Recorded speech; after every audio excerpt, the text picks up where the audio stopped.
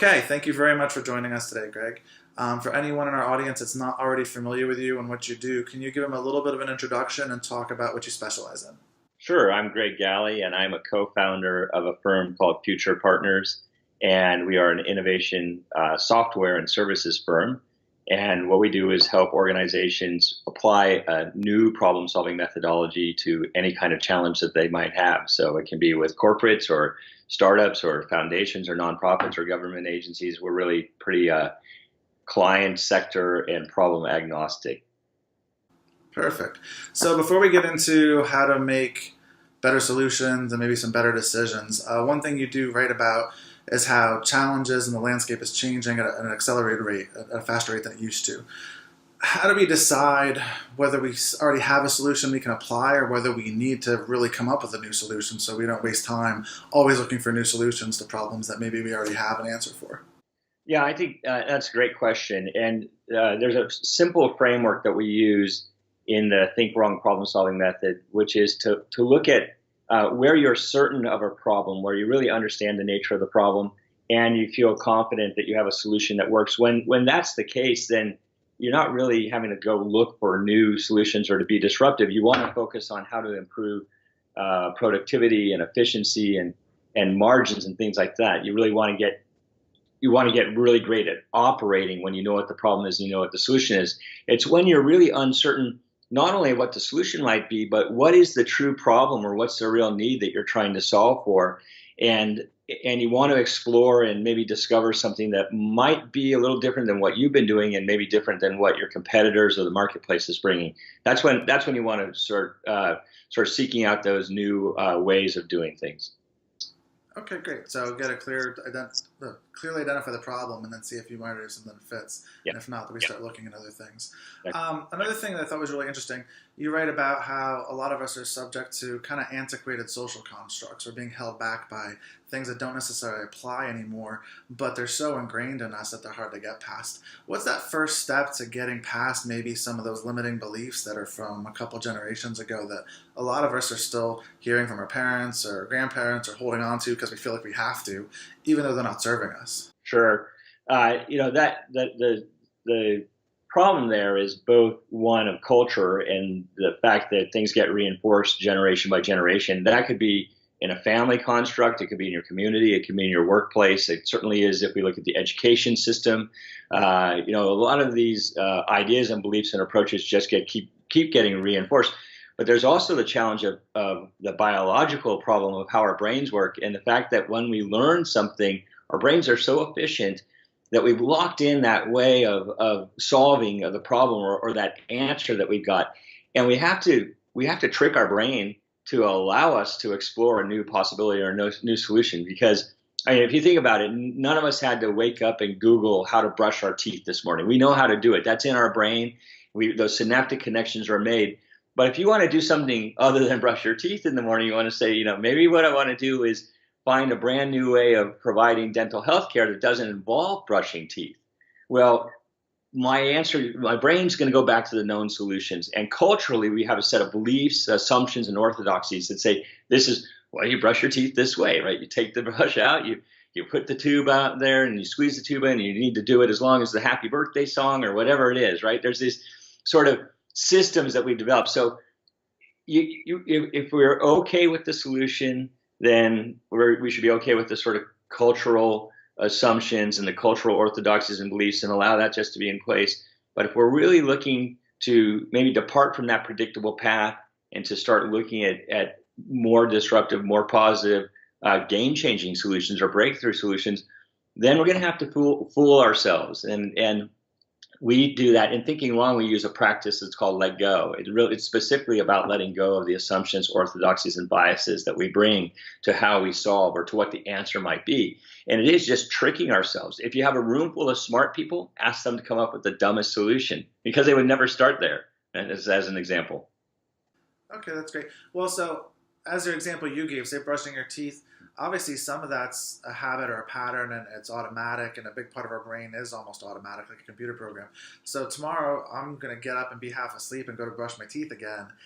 Is there something I can, what am I going to do that says, hey, no, wait, we got to start doing something different?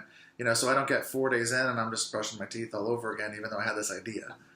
Yeah, I mean, breaking habits is incredibly hard. So I mean, we all know that we make our New Year's resolutions, and by the middle of January, we've broken them all already, whatever they are. So it's not unlike what it takes to get in the habit of exercising, or what it takes to get in the habit of taking in new sources of information. It really is being very deliberate about what's the exercise I'm going to try, when I'm going to try it, and can I build a new sort of routine. So the problem solving system that we teach, and any other, if you want to take on design thinking or thinking wrong or any other sort of system that's about arriving at a different kind of solution set, it's being very conscious and very deliberate about creating a new kind of routine and doing it in small enough steps that you don't feel like a failure because you haven't sort of embraced it overnight. And that's why Thinking Wrong has 6 practices, and we have about 150 drills or exercises that support those practices. Some of them are very easy to do, and some of them really, they take a new skill set. So trying out the easy ones, seeing what they're yielding, what they're producing, and then moving on to things that are maybe a little bit more challenging. It's like any kind of new competency that you're trying to build. Perfect. So you just touched on the fact that there are different pieces of your program. I believe one of them is to be bold. Yeah. I think sometimes, that jumping off the cliff or crossing that line, you can make that decision, you can go for it, but sometimes sustaining that, especially as a business owner, you started that business by going up every day and giving it your best, especially if maybe your family doesn't understand or the people around you aren't so supportive. Like that gets a little challenging. So how do we continue to be bold when, mundane life or, stress kicks in? Sure. I mean, the daily pressures of running a business and having to meet payroll and having to serve your clients well and meet their expectations can dampen the be bold spirit, if you will. I think that for me, and what I encourage our clients to do, is just think about where are you going to invest the most precious resource that you have, and that's your time. And that's easy to say. It sounds like a cliche, but if you think about it, each of us is going to draw a certain number of breaths while we're alive. And so you really need to think about, where am I going to invest those? And is this worth my time and my energy? Is the challenge that I'm working on or the problem that I'm working on really worthy of that finite resource that I have? And it's a conscious act. You have to ask yourself that. You have to ask your teams that. You have to ask your clients that, to make sure you're all working on the most challenging problems you can. And then the other practices that we have, some of them are about exploring that and discovering new things, being experimental, taking risks, but doing it in a way where you don't climb out on the limb and then saw the branch off, right? That it's about small bets and about taking deliberate risk and about running little experiments where you're going to learn quickly and be able to adjust on the fly, so that as you learn something, you can make your solution or your offer, your product better, without having to abandon everything that's working. So that might sound like a little bit of a contradiction. Be bold, but bet small. Betting small is a way of de-risking that bold idea that you have. And so it's very smart to de-risk, right? We're not saying just be bold and be crazy and bet the whole farm. Don't push all the chips over onto black. Think about what you're trying to do, what the bold thing is, what is the biggest, hardest question that's presented by it, and what's a small experiment that you could conduct that's going to yield insight that's going to make you more confident, I have to move forward, or, something just happened that I didn't expect, and that's a path worth pursuing. I think that's great, and I think that leads to a really good question. When you bet small, you're going to kind of get the answers you need, the processes you need, and then you need to scale them. You had some interesting information about learning from Jamie Oliver. You had written some articles on how much you learned from him from scaling up a business. What's the number one thing maybe you learned from him that business owners need to adapt and when they're scaling their processes out or getting ready for business growth? Oh, it's interesting. So Jamie Oliver is just sort of we stole ruthlessly from Jamie Oliver. We sort of looked at the success of his business and how did he go about doing it? How did he construct what he offers to the world? And we've been using that as a model, really, and saying, look, it's proven, it's out there in the world, and it's being enjoyed. And we can take it from the world of cooking and apply it over to this world of problem solving. And there's a lot that's already been de-risked that we know works. And let's now try that over here.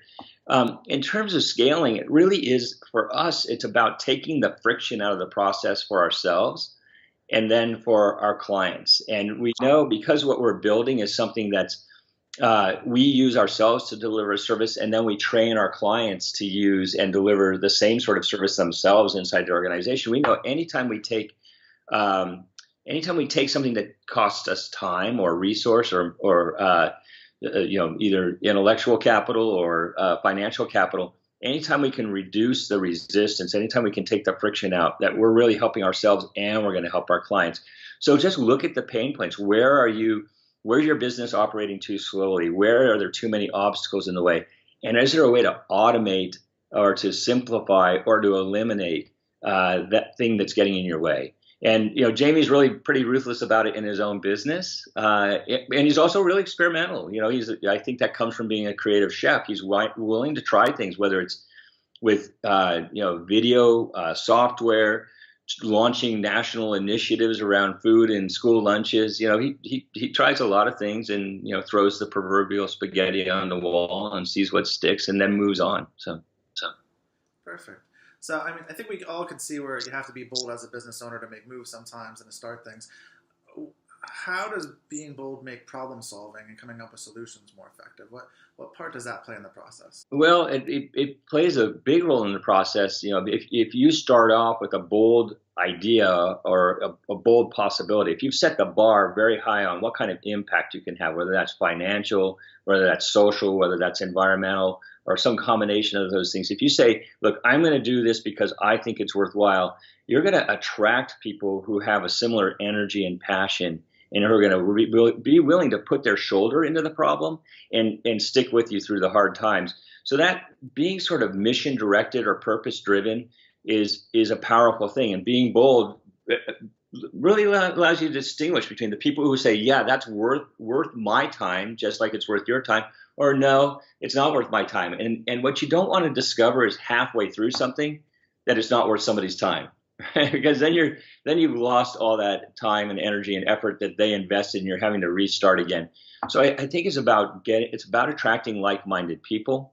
It's about attracting capital that from investors who are excited about whether it's a new energy project or whether it's an infrastructure project or whether it's simply improving meals at schools or trying to provide a better social set of options in a small town. Whatever it is, there will be people who are going to show up and say, that matters to me and I want to be a part of it. So getting that clarity for yourself, why am I doing this? Why would anybody else care? Is really what comes out of the Be Bold practice, and that's just going to make everything a heck of a lot easier as you go. Are we also talking about being bold in terms of the solutions we offer up? Like if we're sitting there saying, hey, here's the problem we've identified that we want to solve for people that will become our business. Are we also talking about being bold with some of those solutions, not being afraid to put out some big things that maybe we're not sure about? Or are we just talking about, really getting out there and making sure people are following our passion? Oh no, it's both. I think you are really hitting on an important point here, which is it's both what is going to get us excited, but how. I use the word disruptive, and I don't mean that in a negative word. We talk about positive change or positive disruption. So if you enter into the marketplace, are you doing something that is in fact truly differentiated? That it's not something that's being offered currently. That it's going to solve a problem or offer a service and an experience that nobody else is offering, and the farther you are away from the status quo, the farther you are away from what everybody else is doing, the scarier it's going to be, the weirder it's going to be, the more abnormal people are going to think that is. So, Elon Musk trying to disrupt space travel and space exploration and space flight and the energy grid and energy distribution and transportation, those are all crazy, bold things that he's trying to do. There's going to be a whole ecosystem of really interesting smaller businesses and smaller solutions and small things that fill into that new space that he's marking out by being bold. And some of them will just feel incremental and some of them will feel really transformative. So yeah, it ought to be something that you're excited about, but the solution, the idea, the thing that you're willing to try ought to definitely have the same quality. It ought to feel like that's a crazy stretch. If people aren't shaking their heads and saying impossible, you're probably just doing incravation. You're not doing truly something, dramatic. That's a great way to look at it. So one of the other steps in your process is to get outside and move around. Now I know we've seen a lot of studies now that everything from sunlight and vitamin D to touching trees apparently provides, some antibacterial things that are good for you now. So aside from health reasons, why is that an important part of the creative and problem solving process? Well, that connects back to this notion I was talking about how our brains work and what they tune in and what they tune out. So the get out practice is really about putting ourselves into an environment where we're going to be alert and attentive and receptive to new inputs. So getting out is all about seeking inspiration from places that you wouldn't normally seek it. And, you think about, I gave that example of nobody had to Google brushing their teeth, in order to get their teeth brushed in the morning. They didn't have to relearn that. The synaptic connections are there.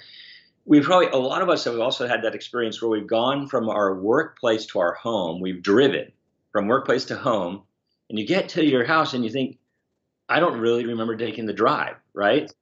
Because again, our brain becomes so familiar that we really are on autopilot, and we navigate all kinds of physical environments like that. Our office is nearby a maritime buoy that makes it's like a foghorn, right? Whether there's fog or not, you hear it. We don't hear it anymore because our brains have literally shut it off. It's like, that's useless information for us. We don't need it. So when a new person comes into our studio, they're like, that thing's making me crazy. What are you talking about? That horn. It's like, oh, we don't hear it anymore. So the fact that our brains are selective about what it's going to pay attention to and not pay attention to says you have to shift your environment in order to see new things, to be receptive. We'll run a drill called system spotting, where we say, if we're working on a complex problem, go out into this environment and spot 3 naturally occurring systems, that you just aren't paying attention to, and bring them back. And we're going to use those as a starting place for what we're going to solve. It could be a mother duck walking its ducklings across the road. That's a system of safety for ducks, right? So now what's the mother duckling solution for your problem? And then you start generating from there, right? So getting out it's all about seeking inspiration. It's all about overcoming what our brain's shutting out. It's all about being attentive and receptive to new ideas. That's really smart. That's great. Thank you. Okay, so why do you feel it's important to give physical form to ideas rather than just keeping concepts? And I have a follow-up question for me personally. I know I would have a challenge with that. I'm really good at coming up with ideas. Yeah. I'm not really good at building things or making things or drawing things or anything that would relate to that. So for someone like me, maybe how would you get past that? So let me take that in 2 parts. The first one is, we've all spent hours in meetings or even in just conversations that might be with entrepreneurial friends or business partners or our family, and talking about ideas and talking through these things. Occasionally we'll be pushed to create a business case or a PowerPoint presentation, but we're still operating in that really verbal world where things are abstract. And what you picture in your head and what I've pictured in my head are probably 2 pretty different things. The example we use in the book is, if I say the color green, is it that color green that's in back of me that's in your head? Or are you picturing green grass? Or are you picturing, seafoam green? Or are you picturing that? If I say green, between the 3 of us, we probably have at least 3 greens in our head. And so as soon as you physically commit to, this is my idea and this is how I think it might operate in the world, this is how the form it might take, this is how it might actually work or run, then people can start to contribute and build on top of what you're thinking. They can, oh, that's what you meant. That's really interesting. What if I had never thought about it? What if we adjusted this? What if you moved that part over to this side? Oh yeah, that's great. So suddenly you're like manipulating this form, even if it's a process, even if it's a policy, you can still create physical forms for that. How do these things actually work? Do we put the quarter in the jar every time somebody swears in the office? Well, that's a policy with a physical manifestation, right? So moving from talking about things, moving from the abstract to physical, allows other people to engage and collaborate and build with us. The other thing that happens when we do that is we start to understand something more deeply about the problem. And think about people who can't separate the sort of the thinking from the doing. If you're a plumber or a welder or an auto mechanic or a builder, they're problem solving and problem finding simultaneously. And what they have a hypothesis about how to fix something, they start working on it. Oh, that's not what's really wrong. There's something else going on. We've separated those things in our life. those of us who are sitting at desks working on computers, or, hiring other people to think strategically, or hiring other people to assemble, we've separated those problem finding and problem solving. So bringing them together lets us understand what possibilities really exist in a much richer way. Now, to your issue of, I don't think I'm creative and I don't think I can draw, which is what most of us feel like. Like most of us, when we were 5, if somebody walked in the classroom and said, "How many artists are here?" like everybody would raise their hand, because every kindergartner thinks they're an artist. And then systematically we beat that out of our kids, right? To the time where they're in junior high or high school, nobody wants to admit they're an artist. To the time that we're, in college or in our working life, we say that there are creative people, and then there's the rest of us. The fact is, everybody has the ability to draw. Everybody has the ability to create a model, and they can be really crude, right? That if you think about Frank Gehry, the world famous architect who makes these beautiful, crazy, buildings that look like metal in liquid form, he starts his models by crumpling up paper bags, right? So he's making something just by trying to figure out what's that form or shape going to be.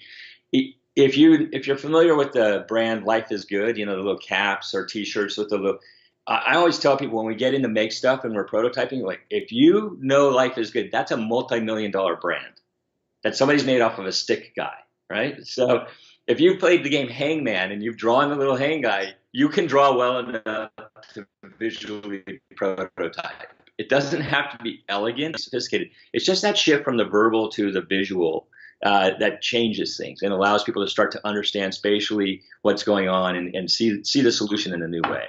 So you just have to allow yourself to be sloppy and messy and not worry about if it's perfect.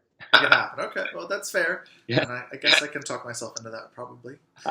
So once we've come up with this solution, why is it so important to act quickly on it? That was one of your points. Yeah. So move fast is another one of our practices. There's 2 dimensions to move fast, just like the make stuff practice. One is, whenever we start to work on a think wrong activity, when we're taking a problem and trying to understand it and starting to generate new solutions, we want to curate, be very selective about who do we invite into that process. It's not just necessarily going to be your team or the people in your company or the people in your family, but think about who's going to bring a different perspective and a different way of understanding this, different experience, different knowledge, or maybe just help me think orthogonally, the sort of outside of the box. Who do I want to invite in the room to work with me? And I'm going to just trust them. I'm going to trust their experience and their knowledge. And part of moving fast is saying we're not going to debate and argue. When we're generating new ideas, when we're conceiving of new solutions, we don't even know yet for sure that we're going to execute any of those solutions. So don't argue over whether it's right or wrong or how exactly it's going to work. It's sort of reserve that judgment, turn off that inner critic, and lean into the expertise that you brought around the table and go as quickly as you can. So when we run a think wrong drill or exercise or a blitz, which is a multi-day innovation session, we take out the time for arguing and posturing and debating. It's like, if I hear somebody starting to explain their ideas, like, I want more ideas, not more not explanations. So that moving fast is about how quickly can we get to a really rich portfolio of options, right? That I want to have a lot of choices. That's better for me than having a few choices where maybe none of them is going to be right. The other move fast thing is that as you're placing small bets, as you're starting to run your experiments, as you're learning what's working and what's not working, or you're discovering unexpected things that offer new pathways to solutions, that you're sharing that with everybody that you've invited into the process, that you're being really open about what you're learning and really transparent, because that group can help move you quickly to not only to a solution that works and to impact in your marketplace, but can help you get through the scaling stages and the things that are going to happen once you've proven that it works. So being very transparent, being very open, not proprietary, not secretive, like, oh, if I share this, they're going to steal it. It's not about that. Like, if you're driving it, if you're passionate about it, if you got this great idea, you're going to always be a step or two ahead of the crowd. Just get their wind at your back. That's really smart, actually. We do with artists sometimes. Like, I tell them the same thing. A lot of artists are really worked up about putting things online. I'm like, as long as you continue to create and move forward, like, someone wants to grab something you did before, it's not the end of the world, obviously, but a little different, but similar concept. One of my favorite, Peter Drucker quotes is put yourself out of business before your competition does. So from an innovation standpoint, you always ought to be looking at that. There is somebody working to put you out of business right now. It might as well be you, right? With the thing. Yeah. Absolutely. Yeah. So what's one thing people watching could start doing tomorrow that would set them on the right path to thinking wrong? I think if they look at what they want to accomplish, if they think, let's start with the be bold practice. Let's think about what is it that you really aspire to accomplish, and turn off that little critic or censor who says that's crazy. You're aiming too high. Why do you deserve to be that ambitious? So think about what your ambition is, and and think about, am I going to be? Is there a way for me to start to explore that and to experiment with that and discover what might work, where I feel, okay about doing that, where I feel okay about letting go.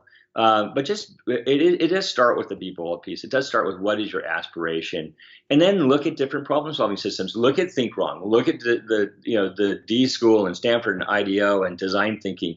Look to other industries and look at how they're solving problems, and really just steal from those. Try them out and see what they bring to your business. See what they bring to your organization. So maybe it's the be bold piece. It does require stepping back and opening up the aperture on what's possible for your business. And so that's hard for people, but you can do it pretty quickly. We in the book we do the deflection point drill. That's a 20-minute drill. So so steal somebody's copy of the book. Don't buy a new one, and run the deflection point drill on yourself, and see what's the status quo, what's the bold path, and what does that look like, and am I willing to pursue it? Okay, I think we have time for one last question. So one off the cuff, why are Post-it notes so important to this process? Yeah, as somebody who's kind of a design snob and who gets a little nervous when you jump into a workshop and there's Post-its everywhere. If I see Post-its and posters, I think, oh no, here we go. This is going to be, I've been in one of these. I know what this is going to be like. Post-its end up being a little bit like wheels on a car. They work. Nobody's invented a better thing than a round wheel. At some point we're going to have flying cars, and we can say, well, remember when we used to drive around on those wheeled things? But right now, why Post-its work well is because as you generate a set of ideas and you put them up, you can work very quickly. You can get them up. You can get a group or team assembling a set of inputs simultaneously. You can look at what's been produced. You can start to organize them in new groups and new clusters to think about, let's just look at these in different ways. Is this a technology problem? Is it a customer service problem? Is it an operations problem? Is it a policy problem? Is it a talent problem? Let's look at what's actually happening here, or what kinds of solutions are we generating? And then as you start going to your next step, you can just steal and move those things over. So it's really, Post-its are just great because they can be repositioned. I've been in a country where their Post-its can't be repositioned. They don't work. The Ivory Coast. We did a workshop in Ivory Coast, and we bought the local version of a Post-it, and it was a little piece of paper with glue on the back, but they didn't pull back off. It doesn't do you any good. So we think that being in a room, working in a very tactile way, generating ideas, putting them on a wall, reorganizing and moving them is really important to the process of discovering new ideas. We haven't yet found any software-based solution for that. Post-it has a little app. A lot of the tech people who are trying to create these virtual conference rooms talk about tools that are great for that. I think this is great. This works. Having conversation is much better than being on the phone. It's a way for different people to get together and sort of experience each other and virtually be in the room in the conversation together. But when we start to have to make something and build something together, it's still not there. Once we have a little 3D, I can put my Post-it into my computer and it's going to spit up on your wall. Maybe we'll be good then, but we're not there yet. Not yet. Fair enough. Well, I might get there, like you said. Yeah. I'm sure eventually somebody will come up with something. Somebody's working on it. Absolutely. Okay, so for everyone that's been watching that got a ton out of this and wants to keep working with you, follow up with you, where would you like us to send them? Well, two places. They can send me an email, which is nikolai@futurepartners.is. That's a really long email. nikolai@futurepartners.is, as in the word is. It's a long one. The other thing they could do is just go to futurepartners.is online. Perfect. That's great. Well, thank you very much. This was really informative, and obviously a couple of those questions were mine, so it was helpful to be able to get those answered for me too. And I really appreciate it. Hearing the other conversation. So thanks for inviting me into the conference, the event, the summit, the experience, whatever you're labeling it. All the above. We're happy calling it all that. We're looking forward to watching it ourselves. Great. Thank you very much, and we'll talk to you soon. All right. Thanks a lot. Bye-bye.